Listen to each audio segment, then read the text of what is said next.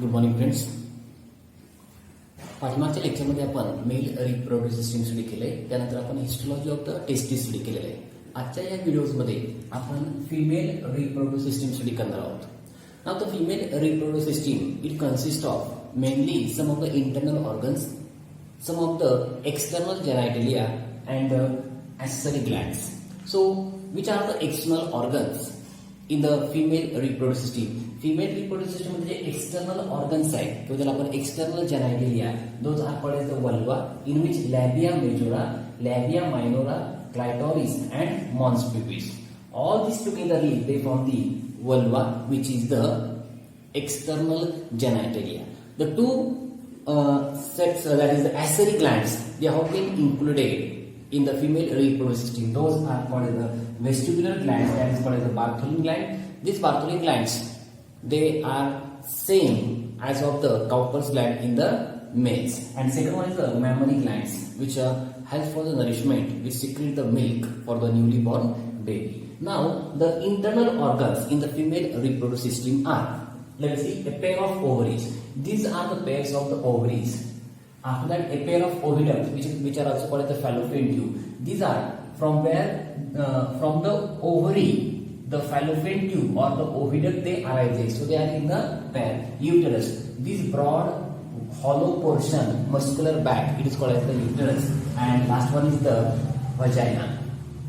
Vagina is the main sex copulatory organ, female sex copulatory organ, that is called as the vagina. So in the today's video we will study the internal structure of female reproductive system. So let us start with a pair of ovaries. Ovaries म्हणजे काय हे आपण study करणार आहोत.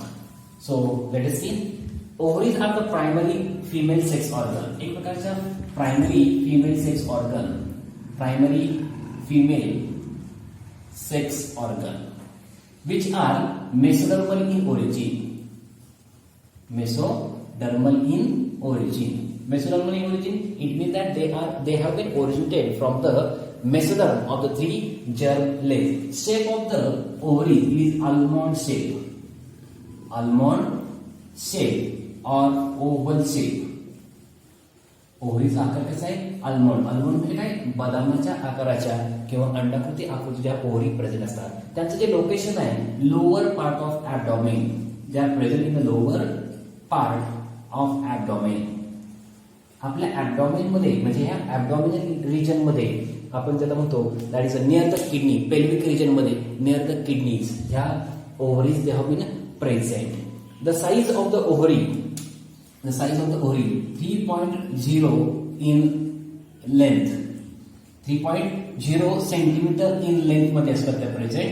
1.5 centimetre ही त्यांची width present आहे and that is 1.0 centimeter they are thick. So this is the size of the ovary. Ovary ची length 3 centimetre in length, 1.5 centimetre ही त्यांची विड्थ असते आणि त्यांची थिकनेस आहे that is 1.0 centimetre in thickness या ओव्हरीज प्रेझेंट असतात.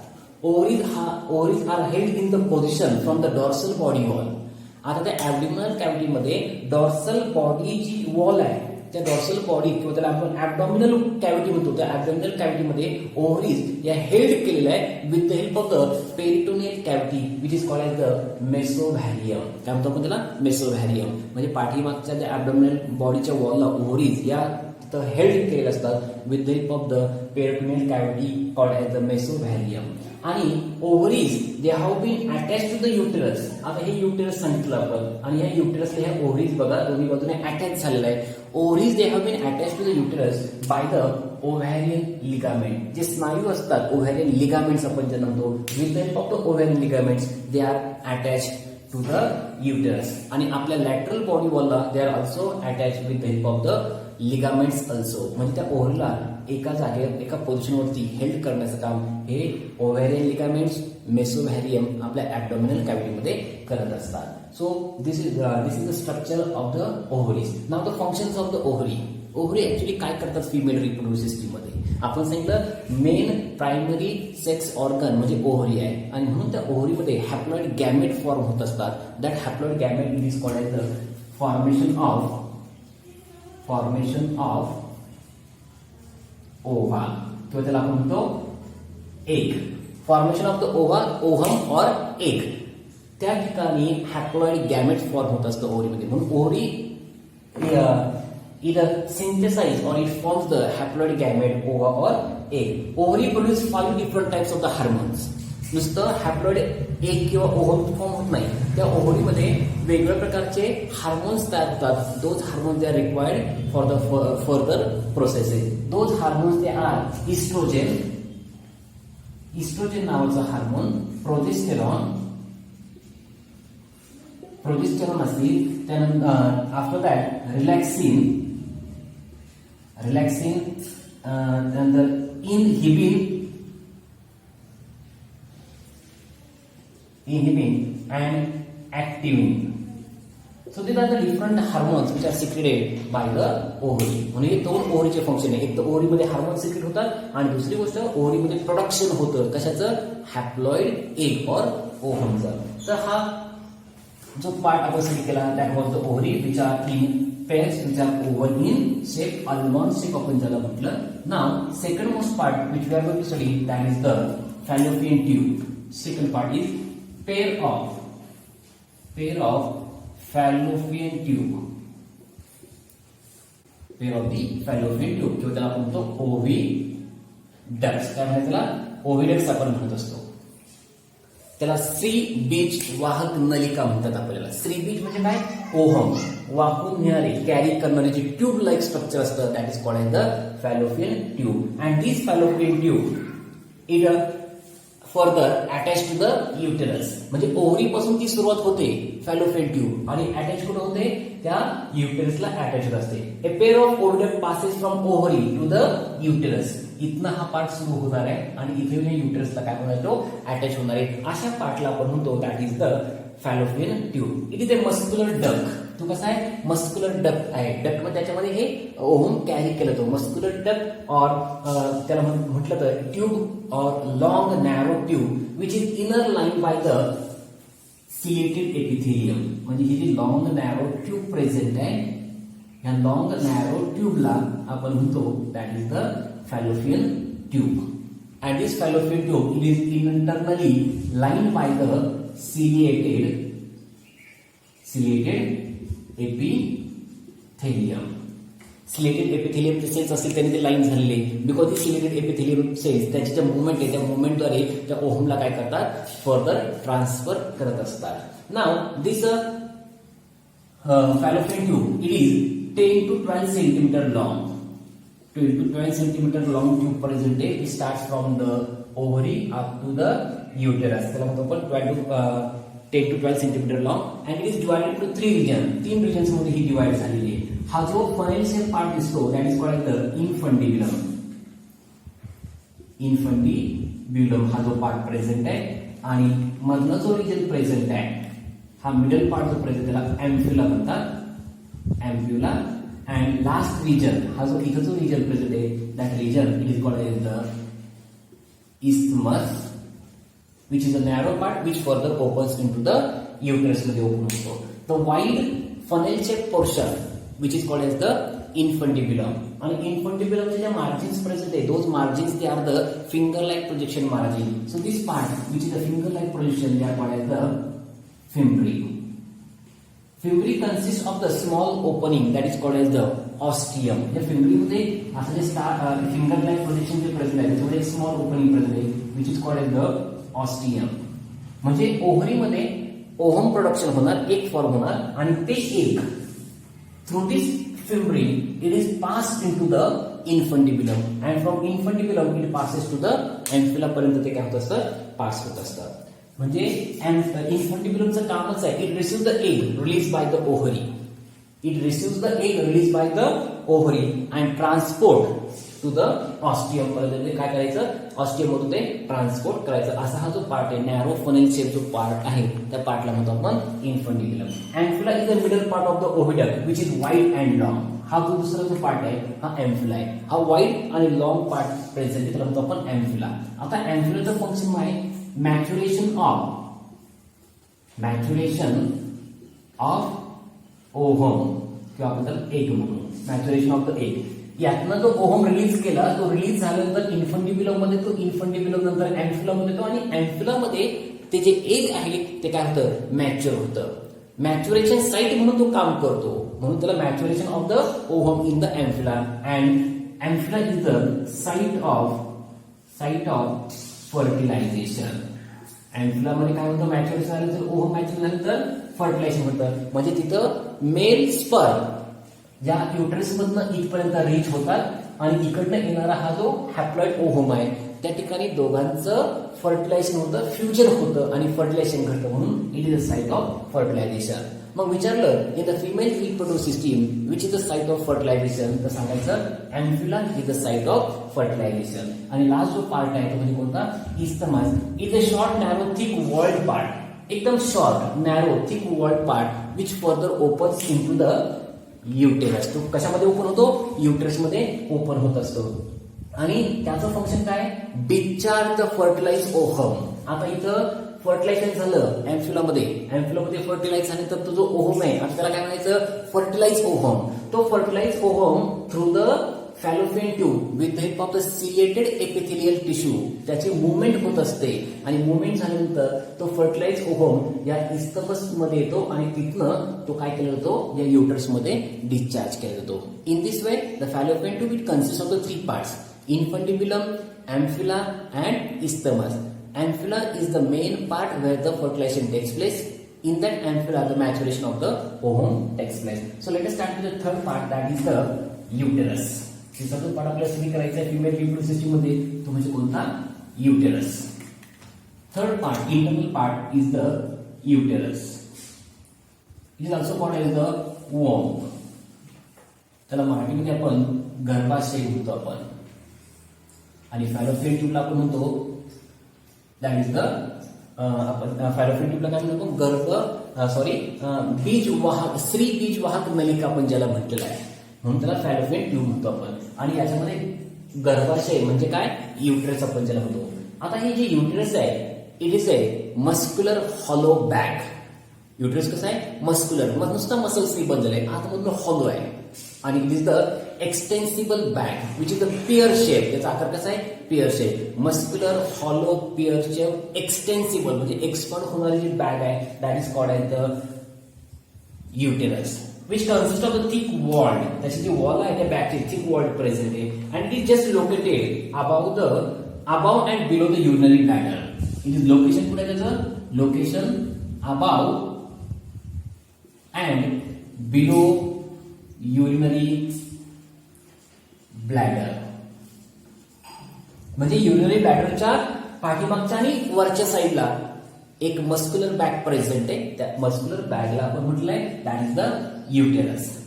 Size is 7.5 centimetre long, 5 centimetre broad and 2.5 centimetre thick अशी मस्क्युलर बॅग प्रेझेंट आहे. 7.5 centimetre long, that 5 centimetre broad and 2.5 centimetre ही त्याची काय थिकनेस प्रेझेंट आहे. आणि ह्या युटरस मध्ये एम्ब्रियोचं काय घडतं, implantation. Now there are 3 layers of the uterus. युटरसच्या 3 वॉल्स प्रेझेंट आहे. वॉल्स ऑफ युटरस बघा, walls of uterus 3 walls uterus बनले आहे. सगळ्यात बाहेरची जी वॉल असते त्याला म्हणतो आपण पेरीमेट्रियम. मध्यभागी जी वॉल प्रेझेंट आहे त्याला मेसोमेट्रियम. आणि सगळ्यात आतमध्ये असणारी जी वॉल आहे त्याला म्हणायचं एंडोमेट्रियम. आता इकडे लक्ष द्या, ही सगळ्यात बाहेरची वॉल ही याला म्हटलंय पेरीमेट्रियम.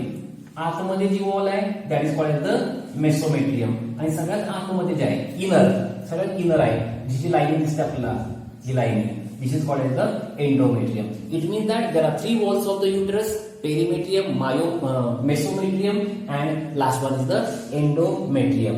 हा जो endometrium जो लेयर आहे, endometrium, it is highly vascular and glandular. हा हायली व्हॅस्क्युलर आणि ग्लँड्युलर लेयर प्रेझेंट आहे. युटराईन ग्लँड त्याच्यामध्ये प्रेझेंट आहे. आणि हा जो बनलाय स्ट्रॅटिफाईड एपिथेलियल टिश्यू पासून हा एंडोमेट्रियम लेयर बनलेला आहे. Endometrium layer it undergo several changes in its thickness at the time of the menstrual cycle. त्या menstrual cycleच्या वेळेस त्या एंडोमेट्रियमची जी थिकनेस आहे याच्यामध्ये चेंजेस होत असतात आणि लास्टली तो बस्ट होतो when the menstrual cycle it begins, it breaks up. म्हणून असे अनेक चेंजेस या एंडोमेट्रियम लेयर मध्ये घडत असतात. आता uterus is divided into 3 parts. Walls of the uterus केलं आपण. Now parts of the uterus. युटरसचे 3 पार्ट्स आहेत. Parts of uterus. Parts of uterus. It is divided into 3 parts. First part it is called as the fundus. हा जो वरचा जो part आहे याला म्हणतो आपण फंडस. हा एवढा युटरस मध्ये the large dome shape part. कसा आहे तो? Dome shape. Large dome shape part it is called as the fundus. मधला जो पार्ट आहे त्याला म्हणतो आपण बॉडी. बॉडी किंवा त्याला म्हणतात कॉर्पस. बॉडी किंवा कॉर्पस. आणि तिसरा जो पार्ट आहे that is called as the cervix. हा नॅरो पार्ट आहे. Narrow part which is 2.5 centimetre जो पार्ट आहे त्याला म्हणतो आपण दॅट इज द सर्विक्स. वरचा जो पार्ट आहे हा डोम शेप पार्ट आहे. This is the body of the uterus. आणि हा खाली जो नॅरो पार्ट आहे इथं त्याला म्हणतो आपण cervix. Cervix is the part which is 2.5 centimetre which joins uterus in आतमधून तो युटरस मध्ये ओपन होतो ते सर्विक्स आणि बाहेरच्या बाजूला ते सर्विक्स ओपन होतं व्हाजायनामध्ये. म्हणून त्या सर्विक्स मध्ये एक नॅरो पासेज प्रेझेंट आहे विच हॅज द 2 ओपनिंग्स. त्याला म्हणतो आपण सर्विक्स ओपनिंग किंवा त्याला ऑरिफिस असं म्हटलं जातं. एक एक्सटर्नल ऑरिफिस आणि एक इंटरनल ऑरिफिस. म्हणजे एक्सटर्नल म्हणजे काय? बाहेरच्या बाजूने त्या सर्विक्स एक ओपनिंग प्रेझेंट आहे. ते ओपन कशामध्ये येतं? व्हाजायनामध्ये. आणि त्या सर्विक्सचं इंटरनल ओएस ओपनिंग कशामध्ये आहे? युटरस मध्ये ओपनिंग प्रेझेंट आहे. मग ऍक्च्युअल ज्यावेळेस कॉप्युलेशन होतं, कॉप्युलेशन झालं त्या व्हाजायनामध्ये जे स्पर्म रिलीज केले जातात, those release sperm through this cervix they are transported into the uterus and from the uterus they are transported to the fallopian tube up to the site of fertilization. So these are the 3 parts of the uterus. Now the actual main function of the uterus काय? युटरसचं main function काय? It receives the fertilise ovum. इथं fertilisation करतं. Fertilisation झाल्यानंतर तो जो ohm आहे fertilise ohm या इस्टमद्वारे ह्या युटरस मध्ये काय केलं तो रिसिव्ह केला जात असतो. It's act as a passage for the sperm. Sexual इंटरकोर्सच्या वेळेस स्पर्म ह्या युटरस मधून पास होत असतात at the side of the sexual at the side of the fertilisation. So it is the passage for the sperm. Uterus मध्ये ते sperm करत असतात, पास होत असतात. Uterus is the site of menstrual cycle. Menstrual cycle begins from the uterus because the endometrium layer it get burst and the menstrual cycle it starts to flow. So it is the site for the menstrual cycle. It provides nourishment protection to the developing embryo up to the birth. 9 months पर्यंत इथं त्या बेबीचं काय केलं जातं? Protection केलं जातं, त्याची nourishment केली जाते. थोडक्यात काय? एम्ब्रियोचं इम्प्लांटेशन. तो फर्टिलाइज ओहम येतो आणि फर्टिलाइज ओहम ह्या युटरस मध्ये इम्प्लांट होतो आणि मग त्या एम्ब्रियोची डेव्हलपमेंट होत असते. मग प्रायमरी फंक्शन जर सांगितलं, implantation of the embryo it takes place in the uterus. आणि युटरस मध्ये इम्प्लांट झाल्यानंतर मग त्याची डेव्हलपमेंट, त्याची नरिशमेंट, हे सगळं त्याचं प्रोटेक्शन हे कुठं घडतं? युटरसच्या आतमध्ये घडत असतं. And last one it is the site of development of embryo. 9 months पर्यंत तो एम्ब्रियो त्या युटरस मध्ये काय होतो? डेव्हलप होत असतो आणि मग त्याचं it is expel out of the uterus through the vagina. त्याला म्हणतो आपण पार्च्युरेशन असं ही टर्म वापरली जात असते. So this was the information. The 4th internal part of the female reproductive system is the vagina. म्हणजे आतापर्यंत आपण बघितलं pair of ovaries, Fallopian tube, uterus आणि व्हाजायना. हे 2 pair of the ovaries. This 2 are the fallopian tube, त्याला ओव्हेलेट म्हटलेलं आहे. हा जो ब्रॉड पोर्शन दिसतो का hollow muscular sac that is called as the uterus. आणि हा जो पार्ट आपल्याला स्टडी करायचा that is called as the vagina. आता vagina it is a tubular female copulatory organ. हा एक प्रकारचा ट्युब्युलर कॉप्युलेटरी ऑर्गन. एक ट्युब्युलर फिमेल कॉप्युलेटरी ऑर्गन आपण त्याला म्हटलेलं आहे. A tube like structure which is present which is 7.5 or 7 to 9 centimeter long. 7 to 9 centimetre long असा हा ऑर्गन प्रेझेंट आहे. It lies between the cervix and the vestibule. It lies between the cervix and vestibule. आता या दोन पार्ट्समध्ये असणारा हा tubular organ का जो 7 to 9 सेंटीमीटर लॉंग आहे, त्याची लेंथ आहे, त्या ऑर्गनला आपण म्हटलं vagina. That vagina is the main female copulatory organ. जसं मेल्समध्ये आपण सांगितलं penis is the main copulatory organ. Likewise in the female this vagina is the main copulatory organ. Now this vagina is present in between cervix and the external genitalia that is the vestibule. हा cervix present आहे का सर्व्हिक्सच्या दोन opening आपण सांगितलं. सर्व्हिक्सची पहिलं एक opening त्याला म्हणतो आपण internal orifice which opens into the uterus and external orifice which opens into the vagina. मग इथं व्हजायना प्रेझेंट आहे आणि वल्वाचा जो एक्सटर्नल जेनायटेलिया एक म्हणून व्हेस्टिब्यूल आहे. व्हेस्टिब्यूल आणि cervix in between that the vagina is present. It lies in between the cervix and the vestibule. Vaginal wall व्हजायनाची जी वॉल आहे that vaginal wall it has the inner mucosal lining त्या व्हजायनाच्या आतमधल्या वॉल्स मध्ये present असतं. The middle muscular layer and the outer that is the adventitia layer. Outer जो middle muscular layer present आहे आणि सगळ्यात आउटर म्हणजे सगळ्यात बाहेरचा जो लेअर आहे that is the fibrous layer which provide the support. असे व्हजायनाचे लेअर्स प्रेझेंट आहे. The inner mucous layer of the vagina, it stores the glycogen and lactobacilli.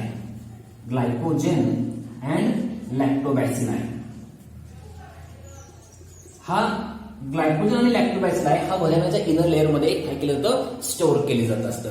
लॅक्टोबॅसिलाई R the व्हजायनल bacteria. ह्या व्हजायनल बॅक्टेरिया प्रेझेंट आहे आणि लॅक्टोबॅसिलाई बॅक्टेरिया जे आहे vaginal bacteria they ferment the glycogen. ह्या ग्लायकोजनचं काय करतात फर्मेंटेशन करून आणतात आणि व्हजायनाचा आतमधला लेअर आहे तो आतमधला लेअर त्याच्यामध्ये म्युकस ऍसिडिक तयार करतात. Due to the breakdown of the glycogen by the lactobacilli bacteria the mucus membrane of the vagina it become acidic and due to the acidic the vagina is prevent from the infection of the fungus. आणि त्या व्हजायनाला fungus infection होऊ नये म्हणून तिथं acidic medium तयार होत असतं. त्याला आपण म्हणतो mucus acidic in the inner wall of the vagina. Now listen here the vagina it has a small opening that is called as the vaginal opening. व्हजायनामध्ये एक स्मॉल ओपनिंग प्रेझेंट असतं. व्हजायना म्हणजे या एक्सटर्नल ऑरिफिस मध्ये आपल्याला ते opening दिसतं. External जेनायटेलिया मध्ये आपल्याला ते ओपनिंग दिसतं. त्याला म्हणतो आपण vaginal opening. And that vaginal opening it is guarded by the small thin membrane filament which is called as the hymen. व्हजायनाचं जे ओपनिंग प्रेझेंट आहे त्याला म्हणतो आपण thin membrane over the vaginal opening that is called as the hymen. That hymen it is intact, अखंड असते hymen. The female in which the hymen is intact, that female is called as the virgin female. The hymen it may get destroyed during the first sexual intercourse. The first sexual intercourse च्या वेळेस किंवा कदाचित during accidentally that hymen it may get destroyed. But if the female has the intact hymen, that female is termed as the virgin female. तर हे thin membrane जे व्हजायनल ओपनिंगला covering असतं. Now will study the functions of the vagina. What are the function of the vagina. व्हजायनाच्या फंक्शन्सला आपण म्हटलेलं का व्हजायना ही काय फिमेल कॉपरेटरी ऑर्गन आहे. म्हणजे it is it acts as the female copulatory organ किंवा त्याला आपण म्हणतो sexual intercourse. It receives the male sex organ during the copulation. At the time of the sexual intercourse, the vagina it receives the male sex organ and it receives the sperms, and those sperms are further transported through the uterus up to the ampulla at the site of the fertilization. This vagina it acts as a passage for the menstrual flow. Menstrual cycle, site of the menstrual cycle is the uterus. Endometrium layer it get break or it get destroyed and the menstrual cycle begins. The flow of the menstrual cycle, that's the passage, it is through the vagina. And also the vagina it acts as the birth canal. Vagina it acts as the birth canal, that is the passage of baby during the parturition. when the baby it is expelled out through the uterus, it comes into the vagina, and through that vagina afterwards it is expelled outside.